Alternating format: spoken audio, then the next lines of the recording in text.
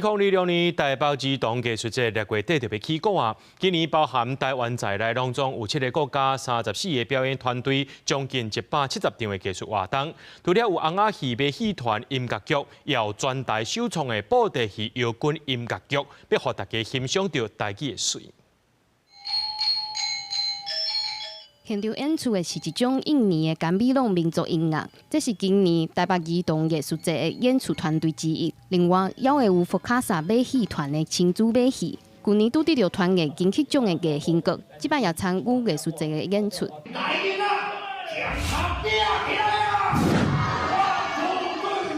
藝興閣掌中劇團這擺要搬去合作豆花港劇場版，拍斷手骨顛倒勇。伊希望透過傳統戲劇甲現代劇場的結合，讓大人囡仔做伙來欣賞台語的水。用這個拍斷手骨顛倒勇，其實就是要鼓勵咱這大朋友小朋友當不怕失敗啦唔免驚失敗，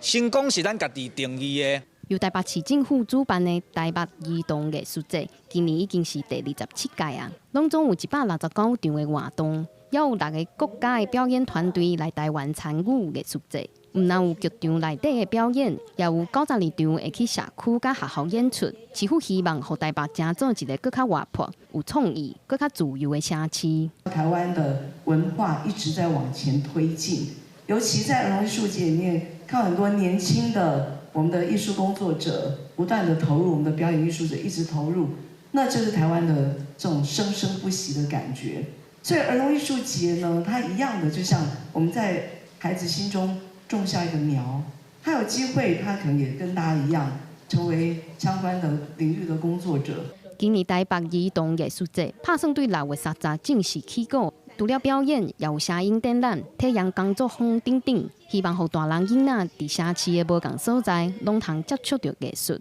記者郭玉琪、林旭凱台北報道。